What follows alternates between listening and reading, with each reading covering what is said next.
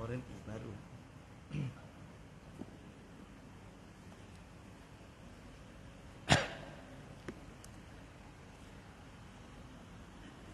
Bismillahirrahmanirrahim. Assalamualaikum warahmatullahi wabarakatuh. Alhamdulillahirabbil alamin. Assalatu wassalamu ala asyrafil anbiya'i wal mursalin wa ala alihi wa ashabihi ajma'in. Wala haula wala quwwata illa billahil aliyil azim. Allahumma la sahla illa ma ja'altahu sahla wa anta taj'alu hazana idza syi'ta sahla. Rabbi shrah li sadri wa yassir li amri wahlul 'uqdatam min lisani yafqahu qawli. Amma ba'du. Pada yang terhormat Imam Besar Masjid Negeri Sembilan yang saya kasihi, kepada segenap asatizah, para alim ulama, para imah di masjid mulia ini, wabil khusus kepada segenap hadirin wal hadirat hafizakumullah. InsyaAllah kita akan meneruskan pengajian kita kitab Basul Masail pada malam yang mulia ini. Sebelum itu ada satu soalan yang tak sempat saya jawab. Bukan tak sempat, tak terlepas nak jawab. Terlepas nak jawab, yang perlu dijawab via YouTube atau Facebook, saya pun tak tahu. Assalamualaikum Ustaz, adik saya cucuk insulin. Ada hamba Allah tu berhenti jadi doktor sebab ubat-ubat pun banyak dari babi. Dia kata cucuk insulin tu insulin babi, sebab insulin babi saja yang menyerupai insulin manusia. Saya tak tahu nak bagi tahu adik saya suruh berhenti ke tidak. Wajibkah bagi tahu? Jadi adik dia tu doktor, duk cucuk orang ubat insulin yang menurut orang lain insulin tu banyak dari babi, atau memang betul-betul memang banyak insulin itu daripada babi. Maka ada contoh dia doktor lain tu sampai berhenti kerja sebab tak nak syubhat, sebab banyak ubat yang insulin tu babi. So apakah dia nak suruh adik dia berhenti juga sebab ada doktor tu dia berhenti kerja? Ni kita jelaskan, tak habis lagi pembahasan ni. Hadirin wal hadirat hafizakumullah. Babi ni najis, betul. Najis ni ada najis mughalladah, ada najis mutawassithah, ada najis mukhaffafah. Babi ni mughalladah, betul. Di dalam kitab yang berjudul Mahalli ala Minhajit Talibin. Jadi Imam Mahalli ni Jalaluddin Mahalli nama dia. Jangan cakap tak kenal. Dia itu yang salah seorang pengarang tafsir Jalalain. Warak ke tak warak tu? Pengarang kitab tafsir Jalalain. Tu nama dia Imam Mahalli. Dia ada dua Jalaluddin. Jalaluddin Mahalli dan disempurnakan oleh Jalaluddin As-Suyuti. Sebab itu nama dia Tafsirul Jalalain. Dua-dua warak, ulama hebat. Dalam kitab Syarah Minhajut Talibin dia terangkan, benda yang najis hatta mughalladhah sekalipun, seperti anjing ataupun babi, apabila dia itu terlalu kecil najisnya yang sekira kita tak dapat nak nampak kenajisan dia, maka dia jadi suci. Dia kata macam tu. Ini yang diambil dari ulama-ulama mazhab Syafi'i yang mengharuskan mengguna insulin daripada gelatin. Gelatin ini adalah sejenis bahagian daripada syahmul khinzir, minyak ataupun daging lemak daripada khinzir yang diambil untuk preserve beberapa bahagian daripada jenis ubatan, yang mana dia melalui proses istihalah, lalu dijadikan ubat dengan proses tersebut, disuntik. Contoh dia faham? Dalam mazhab Syafi'i, kalau orang tu betul-betul nak pegang mazhab Syafi'i, tak nak pindah mazhab, saya pegang Syafi'i, Syafi'i ni bab najis halal ni semua dia jaga, warak, betul. Dalam kitab Syarah Mahalli alal Minhajut Talibin, dalam kes insulin ini suci hukum dia, sebab dia terlalu kecil yang sekira tidak dapat dinampak dengan mata kasar. Ini boleh buka dalam tu. Okey, lebih jelas lagi. Mazhab Hanafi, segala jenis perkara yang najis apabila dia melalui proses istihalah, perubahan keadaan daripada khamr, contoh dia khamr, wine, dia diletakkan, campakkan garam ke, atau zaman sekarang beberapa bahan chemical untuk dia berubah daripada khamr berubah menjadi benda lain, contoh dia cuka, dia dipanggil istihalah. Hukum dia suci, walaupun dengan sengaja. Sengaja itu kita sengaja letak chemical. Kalau mazhab Syafi'i, khamr diletakkan dengan sengaja benda supaya dia berubah, tak jadi suci. Itu mazhab Syafi'i. Hanafi jadi suci. Jadi kalau nak pakai pendapat mazhab Syafi'i, kaul yang saya sebut tadi, Al-Mahalli, dan ini keputusan dalam Majlis Ulama Indonesia, MUI, tentang vaksin, bukan hanya vaksin COVID-19, semua vaksin, tuan-tuan. Dia dah bahas benda ni. Saya zaman kat pondok dulu, waktu tu kerajaan Saudi tahun 2006 ke 2000 lebih lah macam tu, saya kat pondok lagi. Dia mewajibkan dulu vaksin lain, lepas tu ditukar vaksin yang lagi satu. Yang vaksin ini memang ada gelatin, jelas ada babi, tak boleh, kena ada. Orang nak kata darurat, tak darurat, tak. Waktu tu Majlis Ulama Indonesia dihadiri bukan oleh kelompok yang anti mazhab, tak, tapi kelompok Nahdlatul Ulama yang bermazhab ni. Dia sendiri keluarkan ibarat, ini bukan darurat, tak darurat, ini hukum dia boleh. Syafi'i pakai kaul Mahalli tadi. Kalau Abu Hanifah pakai kaul istihalah, jadi suci.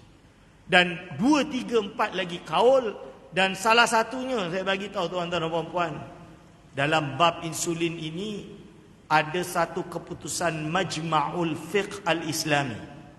Majma'ul Fiqh Islami itu apa? Suatu, bukan persatuan, bukan NGO, tapi suatu badan fikih yang dianggotai oleh ulama-ulama fiqh dunia dari 4 mazhab. Syekh Wahbah Zuhaili dululah, sekarang dah meninggal. Termasuk Syekh Yusuf Qardawi, termasuk Syekh Ali Jumaah. Ini sekarang ni ada yang nak melaga-lagakan, oh, Dr. Yusuf Qardawi kata tak boleh istighosah, kan? Syirik. Buat apa nak dengar Dr. Ali Jumaah, mantan mufti Mesir ni sufi ni, tak, ni sesat ni. Dia kata macam tu kan. Dok kata suka sangat dengan Yusuf Qardawi sebagai tokoh, kenapa nak pakai Syekh Ali Jumaah? Dia nak laga-lagakan. Kita kata ni perangai budak-budak. Maaflah, orang tua dah tua-tua pun tapi perangai budak-budak. Sebab apa? Dr. Yusuf Qardawi dia ada ijtihad dia. Saya berbeza dengan dia dalam banyak hal, tapi saya hormat dia. At least dia itu seorang ulama ya. Walaupun saya ada berbeza dengan dia, kita hormat dia. Syekh Ali Jumaah dia ulama hebat, dia pun ada hujah dia, kita hormat dia. Oh ustaz, dia keluarkan fatwa pelik, iaitu riba bank tak riba. Dia sebut tu ada sebab, ada tasawur masalah dia, ada cerita dia. Kita hormat dia. Itu ijtihad dia. Dia bukan ijtihad itu yang dia pegang, dia banyak kitab yang mengharamkan bank riba. Tapi ada kes ketika dia mengatakan perkara tersebut ketika yang ada dia di Mesir dulu, yang konteks dia tak sama dengan orang yang duk tanya sebelah saya tu. Doktor tu kawan saya juga. Jadi dia jawab dengan dia ialah dengan situasi yang berbeza. Jadi kita jangan nak melaga-lagakan ulama. Kalau dia khilaf, kita iktiraf dia khilaf, kan selesai. Ni.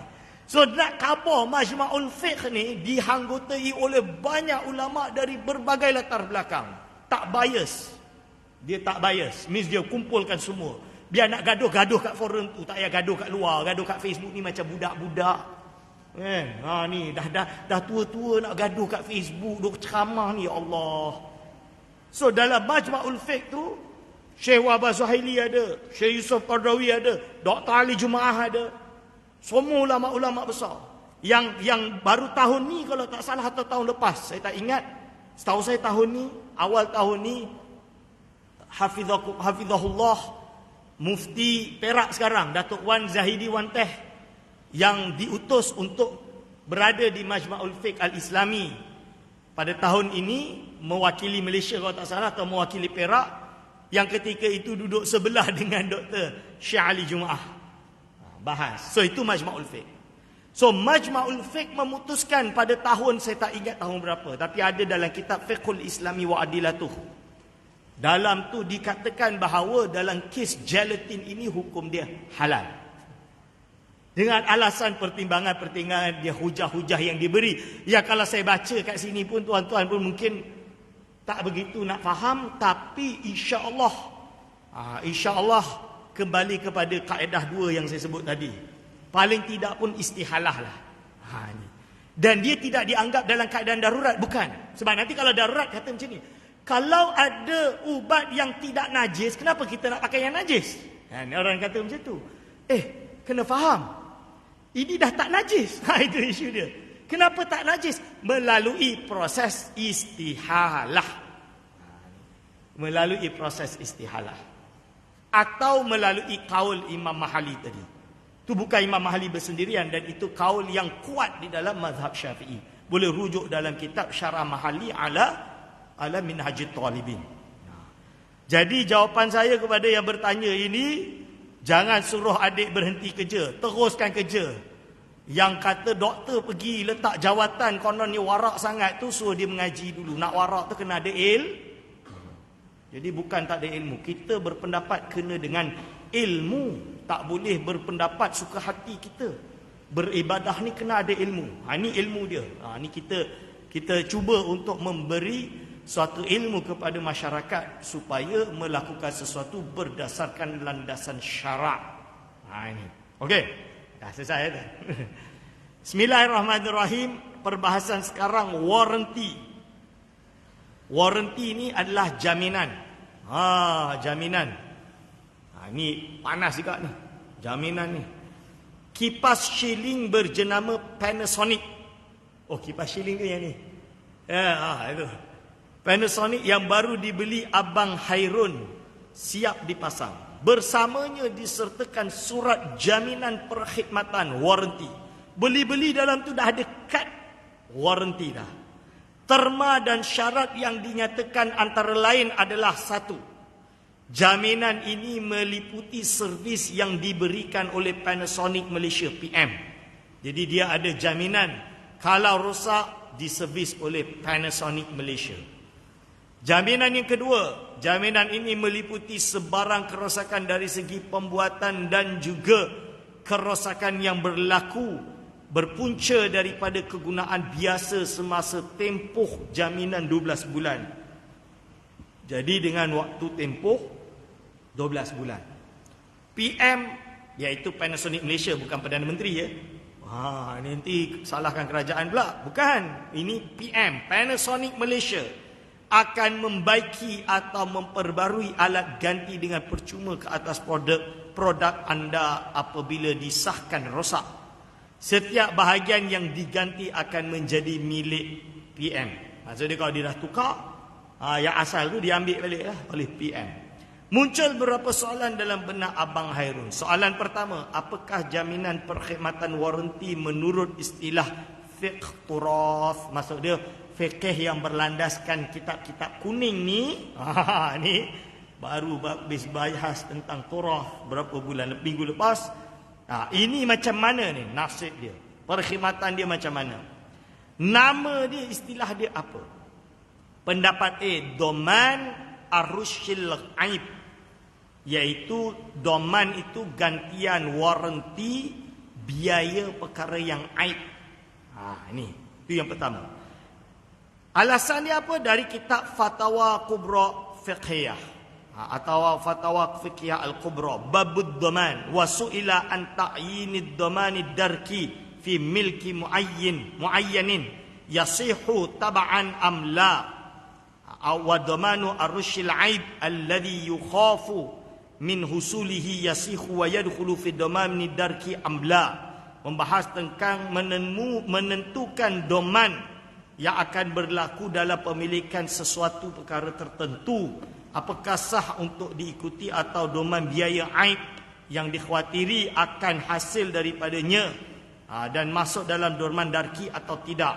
Dorman darki itu dorman yang datang kerana sesuatu terjadi. Ini dia domanul aib, atau dia panggil dengan khiyarul aib. Khiyarul aib ni kalau kita jual beli ada khiyar. Contoh dia, boleh tak saya nak belilah benda ni bagus kot ni. Dia bagi, boleh tak saya nak guna, kalau 3 hari saya pakai bagus, saya pakai. Kalau kurang 3 hari saya boleh ada hak balikkan. Itu nama dia khiyarul ada khiyar. Nama dia khiyar. Bab itu jual beli kita letak khiyar. Tapi kalau ada khiyarul aib, saya nak beli, tapi kalau pakai kejap rosak saya nak kena balikkan lah, nampak sangat dah tak bagus kan. Ini namanya khiyarul aib. Ini dia masuk ke tidak domanud darki ni. Lalu dia jawab, fa ajaba biqaulihi domanud darki huwa domanus thaman lil mushtariin kharaja al mabi' al muayyan mustahiqan masalan au akhadha bi syuf'atin au domanil bai' lil ba'i in kharaja as-saman al muayyan mustahiqan ila akhirih. Ini domanud darki.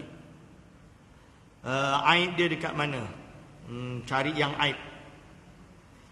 Au domanu kat bawah tu. Au domanu darki aibin yadharu fil mabi' bi ay yarudda ath-thaman idza radda al-mabi' bil aib.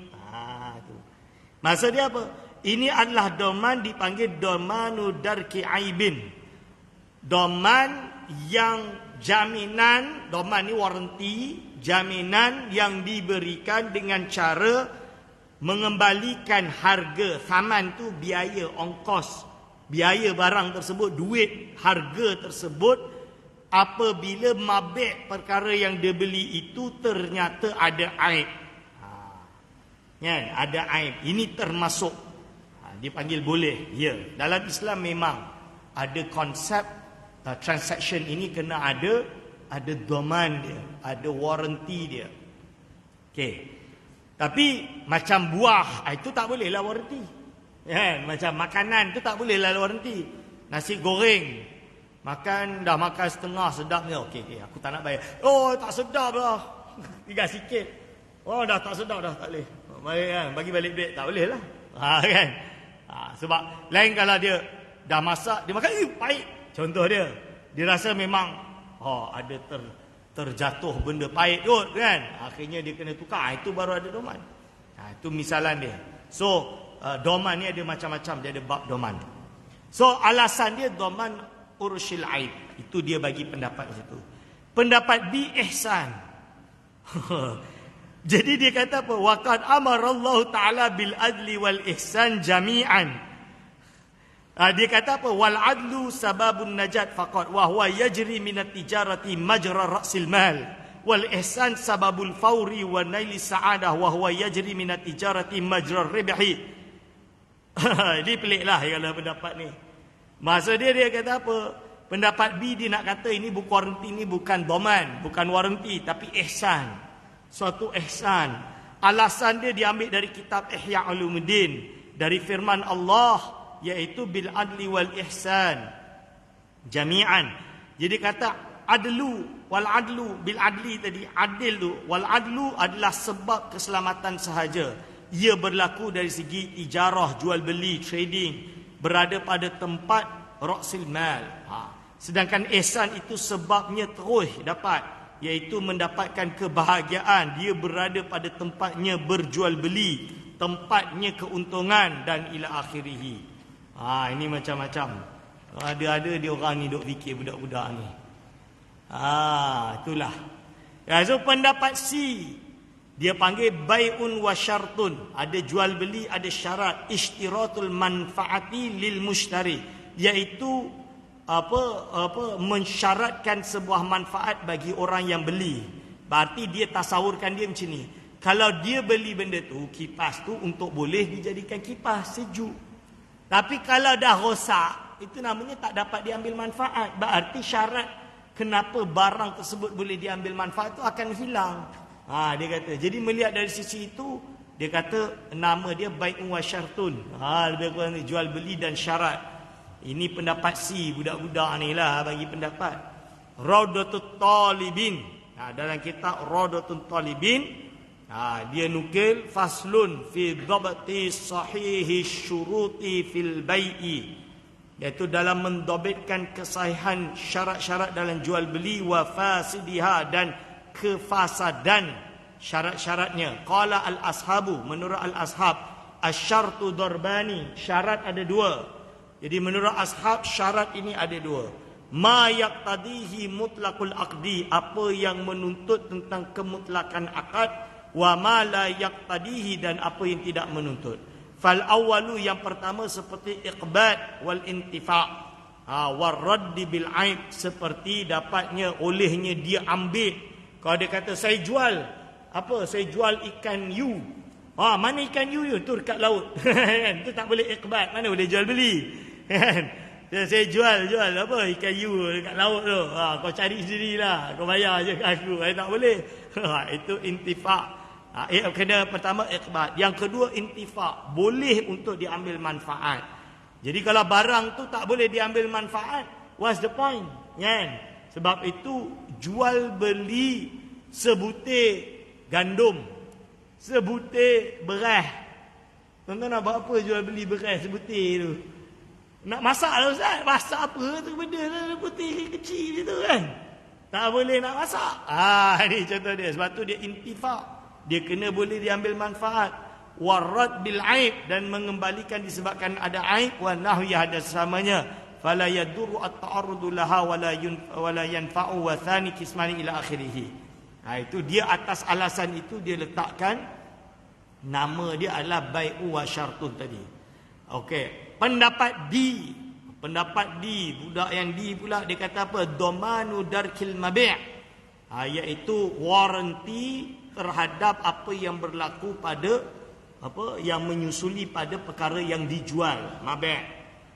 I'anatu talibin, qauluhu la bima sayajibu, ai la yasihu dhaman, iaitu tidak sahlah dhaman, bima dengan perkara sayajibu, apa yang akan menyebabkan dia wajib. Wa yustasna min dzalika dhamanu darkil mabi', iaitu doman mengganti waranti mabi' atau saman atau harga, wahwa ayat manalil mushtari, iaitu seorang itu iaitu memberi jaminan kepada pembeli sejumlah samana, harga, in kharaja al mabi', kalau mabi' tersebut terkeluar mustahiqan dari apa yang patut dimiliki, au muayyaban atau ma'iban, atau dalam keadaan ada aib,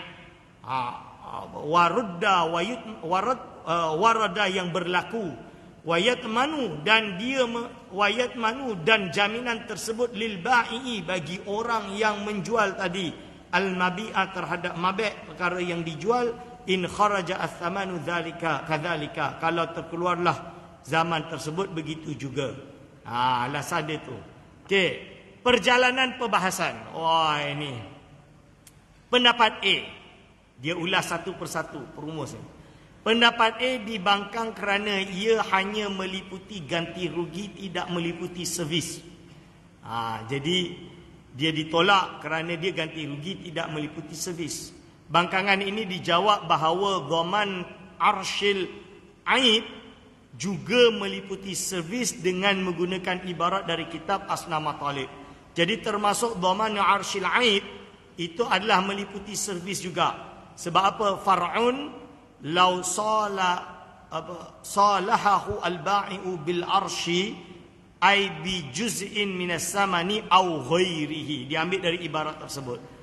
Kalaulah ada kesepakatan antara ba'i' dengan ongkos biaya, iaitu dengan bahagian daripada harga barang tersebut atau selainnya dia fahami juga termasuk servis. Kalau termasuk servis dah termasuk. Ni. Lalu yang kedua, pendapat ini sekali lagi dibangkang kerana dhaman tersebut hanya meliputi aib qadim, tidak aib hadis. Jadi dia kata ganti dhaman tersebut, waranti tersebut hanya meliputi aib yang wujud ketika dia beli, bukan aib yang berlaku dalam pertengahan menggunakan alat tersebut. Bangkangan ini dijawab bahawa kerosakan yang berlaku pasti disebabkan aib qadim. Nak tak nak, aib tersebut mesti aib qadim. Kemudian ditimbulkan permasalahan bahawa siapakah dhamin, matmun lah, matmun anhu. Lalu dibahas siapa yang menjamin, yang dijamin untuk siapa, yang benda yang dijaminkannya. Dalam masalah ini dijawab bahawa Panasonic Malaysia adalah dhamin yang menjamin, Abang Hairun adalah madmunlah, orang yang dijamin untuknya, peniaga adalah madmun anhu, orang yang diberikan jaminan atasnya daripadanya. Lalu dan kipas shilling adalah madmun, benda yang menjadi barang yang dijamin. Itu pendapat A. Pendapat B, pendapat ini ditolak. Yang kata ihsan ditolak kerana ibarat yang diletakkan terlalu umum dan bukan berkenaan hukum fiqah. Tak ada kena-mengena hukum fiqah tu, berkena berarti ihsan, kita berbuat baik pada orang, tak ada kena-mengena. Pendapat C, pendapat ini ditolak. C yang kata bai'un wa syartun, pendapat ini ditolak kerana soalan adalah berkenaan waranti bukan transaksi. Dia tengah cakap waranti bukan transaksi. Pendapat D, perjalanan perbahasannya adalah seperti mana pendapat A. Jadi perbahasan D ini sama dengan A. Ini yang benar. Lalu ada di kalangan rombongan kiai. Waktu ni ada kiai-kiai dari Indonesia datang dan hadir sama. Ada di kalangan rombongan kiai dari Indonesia yang menjadi tetamu pada majlis ini telah memberikan pendapat mereka terhadap soalan ini, iaitu status waranti dalam istilah fikih turas adalah syarat yang bertentangan dengan prinsip transaksi, iaitu syartun munafin lil muqtadal aqdi. Jadi waktu ni dicatat semua ni kan. Ini dah macam minit mesyuarat dah. Ini. Dia bagi alasan, kiai-kiai itu bagi alasan dari Hawi Kabir. Iza ishtara jariyatan ala alla ya'ibahu alla ayyabi'aha aw ala alla khasarata alaihi min thamaniha fal bai'u fasidun. Dia pakai daripada kaul Imam Syafi'i sendiri. Ketika seseorang itu membeli hamba, iaitu agar supaya hamba itu tidak terjadi berlaku aib padanya, atau dia tidak dalam keadaan merugikan atasnya daripada harganya, maka jual beli itu fasid. Lalu ini salahlah kalau saya apa yang dipendapatkan kiai-kiai itu tak betul. Kerana apa? Ini bukan, dia tak ada syarat, dia memang jual beli dengan harapan benda tu baik. Penjual pun kata dia baik, tapi dia gantilah kan? Dia letaklah warranty, if anything happen dia akan ganti. Ini dalam kes ini dia letakkan syarat jual beli. Kan? Iza ishtara, dia beli tapi jangan sampai jadi macam ni. Mana boleh, aku beli terserah aku lah, guna kenapa? Tak boleh lah nak syaratkan jangan ni jangan tu, maka jual beli seperti syarat ini tak sah. Kan? Lalu dia kata keputusan sementara domanu arsyil aib. Doman ni adalah doman yang arsyil aib, iaitu doman sebagai ongkos yang berlaku pada aib yang berlaku bagi kipas tadi. Catatan masih terbuka untuk dibahas. Hujah dia pakai dalam Fatwa Kubra Al-Fiqhiyah. Kalau saya itu yang betul, dia adalah doman arsyil aib ini. Okey. Selanjutnya pada Oktober 2013 di Mahad Al-Mustafa Ulu Tamu. Mahad Mustafa Ulu Tamu, solat imam tidak sah. Perbahasan tentang solat imam tidak sah. Ali sememangnya dikenali sebagai seorang yang taat beribadah. Setiap kali menunaikan solat fardu, Ali akan menunaikannya di masjid. Namun pada suatu hari ketika sedang solat menunaikan solat subuh, Ali menyadari yang imam memakai pakaian yang koyak sehingga menampakkan aurat, sedangkan imam tersebut tidak menyedarinya. Dia pakai ni dekat sini tuan-tuan, dekat paha dia ni. Paha dia ada lubang. Sah ke tak sah? Tak sah ke sah? Ini. Soalan satu. Bagaimanakah cara agar Ali dapat memberitahu perkara tersebut kepada imam ketika solat? Pertama, macam mana nak khabar kat imam tersebut? Okey. Pertama, pendapat A. Ali terus pergi kepada imam dan memberitahu imam pakaiannya terkoyak sehingga menampakkan aurat dan perlu mengulangi solatnya. Ini yang paling betul. Jadi pertama, dia kata terus sebab tak sah. Buka aurat. Imam tengah buka aurat. Pergi je khabar ke imam. Al-Fatawa li Syekh Muhammad Sulaiman Al-Kurdi wa li Syekh Muhammad Rais Az-Zabidi, Zabidi insya-Allah, atau Zubairi wallahu alam. Tapi ini dalam kitab Qurratul Ain. Qurratul Ain bi Fatawa Ulama Al-Haramain Sulaiman Al-Kurdi. Saya ada kitab ni.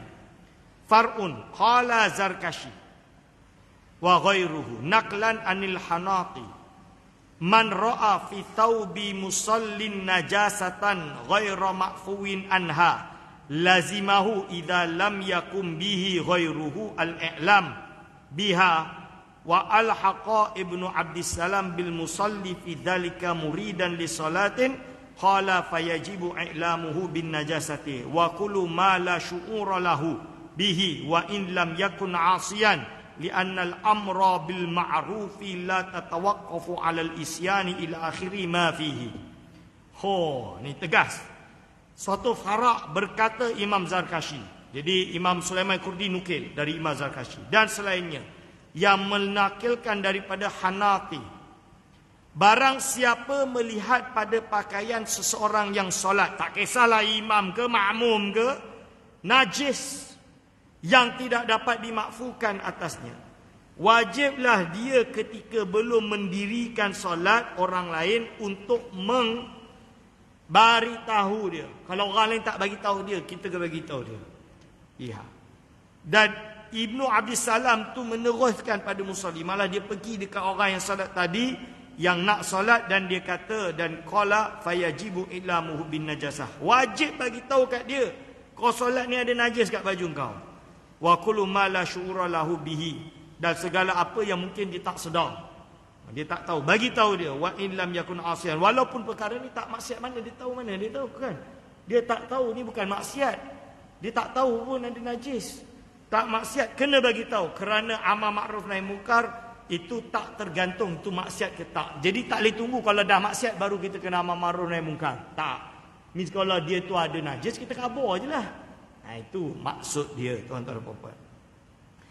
Hadirin wal hadirat hafizakumullah. Yang kedua daripada Nihayatu Zain, walau iktada mimman zannahu ahlan, barang siapa yang mengikuti dengan orang yang dia ingat dia itu ahli, iaitu boleh menjadi imam, ay muttasifan bi sifatil imamati, iaitu dia bersifat dengan sifat imam.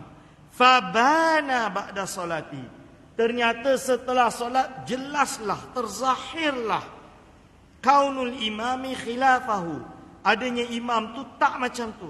Fabana khilafuhu, kalau dalam kurung tu kan, kurung tu matan dia kita lompat, fabana khilafuhu, iaitu ternyata tak, dia tidak dalam keadaan ahli. Maksudnya dia tak boleh jadi imam sebab dia pegang najis. Sebab dia bukan najis, sebab dia ada benda berlubang, buka aurat. Aada salatahu, wajib dia mengulangi solatnya, litaksirihi bitarkil bahsi, kerana dia tak kerana dia cuai, iaitu dan dengan cara apa, dengan meninggalkan, cuba untuk memastikan dia dalam keadaan tertutup auratnya. Id amaratul mubtil min anuthah au kufrin zahir la takhfa, kerana tanda-tanda yang membatalkan kan, seperti keperempuanan atau kekufuran itu zahir. Contoh dia, imam itu tidak ahli untuk menjadi imam, dia itu perempuan, ternyata dia itu kufur. La takhfa wal khunsa yang tashiru amruhu ghaliban. Kalau khunsa ni ada perbahasan dah kan, itu tak perlu kita bahas kat sini.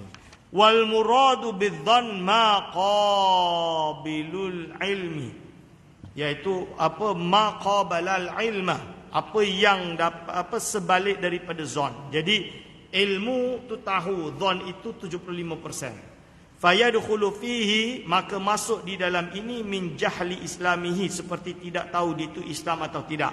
Jadi dia nak bagi contoh dalam Nihayatu Zain ni, imam dia ni tidak diketahui dia Muslim atau tidak. Kan? Contoh dia. Kalau kita zon dia tak Islam ke apa, ni kan, kita kena jadi imam dia boleh ke tak boleh, kena bagi tahu dia. Qiraatihi fatasihu alqudwatu bihi haitsu lam yatabayyan bihi naqsun yujibul iadah. Sah untuk mengikuti imam yang kita sangka ini selagi mana tidak menjadi yakin, zahir, jelas bahawa dia itu dalam keadaan menyebabkan solat itu tak sah. Kalau jelas yujibul i'adah, wajib untuk kita mengulangi solat. Okey. Ila akhirih. So kita kena bagi tahulah. Pendapat B, Ali perlu memberhentikan solatnya dan memberitahu imam. Dia pendapat B, dia kata macam tu. Dia ambil dari kitab I'anatul Talibin. Qauluhu a'ada ay al-muqtadi wa huwa jawabul law wa mahalul i'adah in bana ba'dal faraghi minas salati fa in bana fi athna'iha wajaba istinafuha wa fil bujairami ma nasuhu, yaitu qaidatun kullu ma yujibul i'adah idza tara'a fi athna'i aw dhahara aw jabal istinaf wala yajuzul istimraru ma'aniyatil mufaraqah wa kullu ma la yujibul i'adata mimma yamna'u sihatal iktida'i ibtida'un indal ilmi idza tara'a fil athna'i aw dhahara la yujibul istinaf wa yajuzu al istimraru ma'aniyatil mufaraqah. Maksud dia apa? Dari kataan wajib orang a'ada, wajib orang yang mengikuti kepada imam yang tak sah tadi untuk mengilangi solat, itu adalah jawab daripada lau hakada a'ada, maka dia kalau dia sekian-sekian maka wajiblah dia mengulang solat. Tempat i'adah tu kat mana? Sekiranya jelas setelah selesai daripada solat, dah habis selesai solat, fa in bana fi athna'iha, kalau jelas ketika dia masih dalam keadaan solat, wajib dia mengulangi balik. Dia dah tahu tengah solat tu dia ni dah habis solat, baru nak bagi tahu, dia kena start dari awal. Wajabat istinafuha. Wa fi Bujairami, kalau dalam kitab Bujairami ada nas yang mengatakan kaedah semua perkara yang mewajibkan mengulangi solat itu ketika berlaku pada tengah-tengah ibadah atau zahir atau zahir yang menyebabkan dia kena bermula dari awal solat. Wala yajuzu al-istimraru, dia tak boleh teruskan solat walaupun dia niat mufaraqah. Ini contoh dia. Wa kullu ma la yujibul i'adah, semua perkara yang tidak mewajibkan untuk mengulangi solat itu adalah perkara yang mencegah keabsahan mengikutinya ketika permulaan bila dia tahu idza tara'a, kalau perkara tersebut berlaku fil asna'i tengah-tengah solat, au dhahara atau zahir la yujibul istinaf, yang tidak wajib memulai dari awal dan boleh untuk meneruskan berserta niat mufaraqah. Contoh dia apa? Yang kedua ni contoh dia, imam solat kita tahu dia sah. Sekali dia terkentut, zahara, bana, tengah-tengah dia solat kan. Berarti awal solat tadi sah lah. Kan? Kes ini dia tak payah mengulang solat.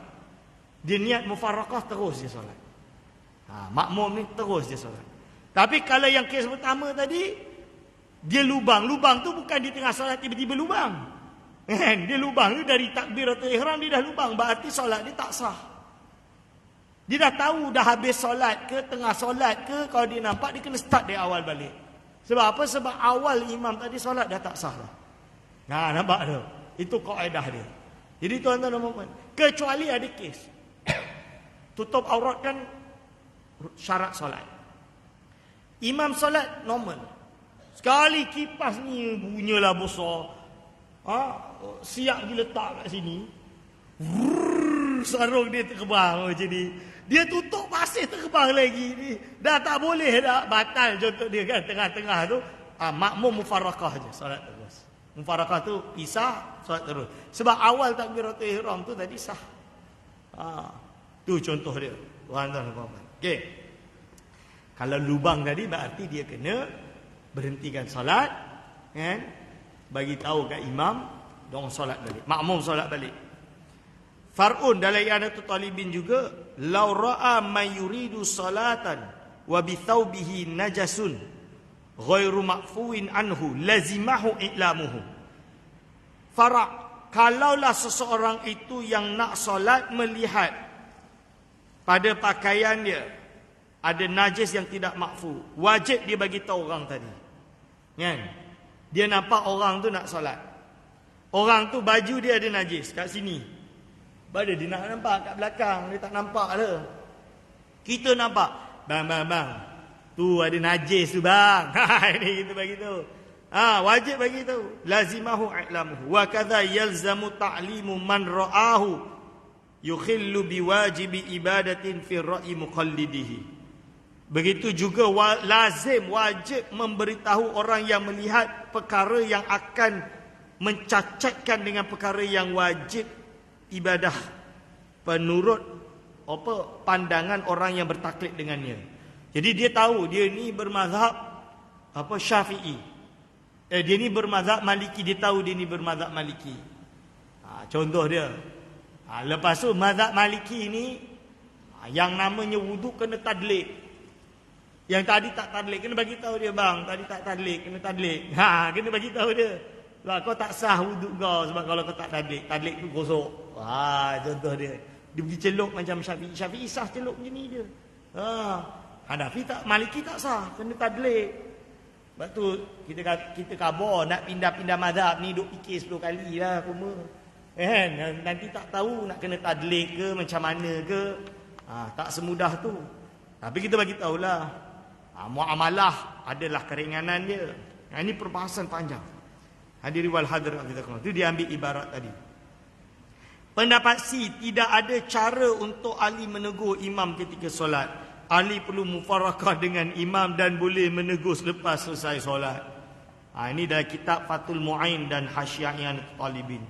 Waqad tajibul mufarakah, dan kadang-kadang wajib mufarakah seperti berlaku perkara yang membatalkan kepada solat. Bagi solat imam dia.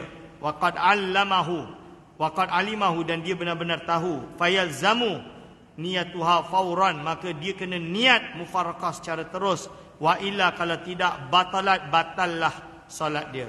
Wa in lam yutabi'hu ittifaqan, walaupun dia tidak mengikutinya secara ittifaq, kama fil majmu', seperti yang termaktub dalam kitab majmu'. Qauluhu wa qad tajibul mufarakah, yang dimaksud dengan tajibul mufarakah ai bi niyatil qalbiyati, dengan niat hati, iaitu menanggalkan pengikut secara suriah, secara zahir dia, pergerakannya.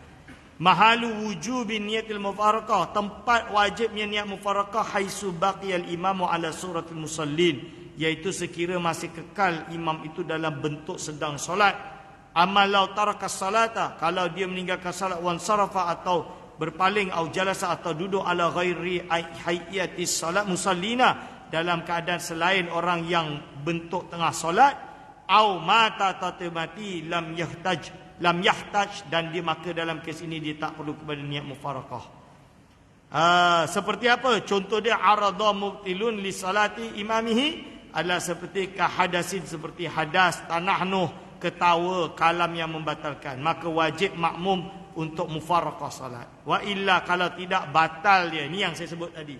Dia salat sah awal, tapi ni cuma ni tak sesuai lah ibarat ni, sebab kes lubang ni dia bukan lubang tengah-tengah, dia lubang di awal. Ibarat yang awal tadi yang lagi betul. Qauluhu duna ma'mumin kharaja minal jamaah, bukan makmum yang keluar daripada jamaah, iaitu niat mufarakah. Qauluhu li nahwi hadasi imamihi wa qa'alimahu ila akhirih. Okey, lalu dia sebut keputusan. Ali terus memberitahu imam bahawa imam hendaklah mengulangi solat kerana solat mereka tidak sah.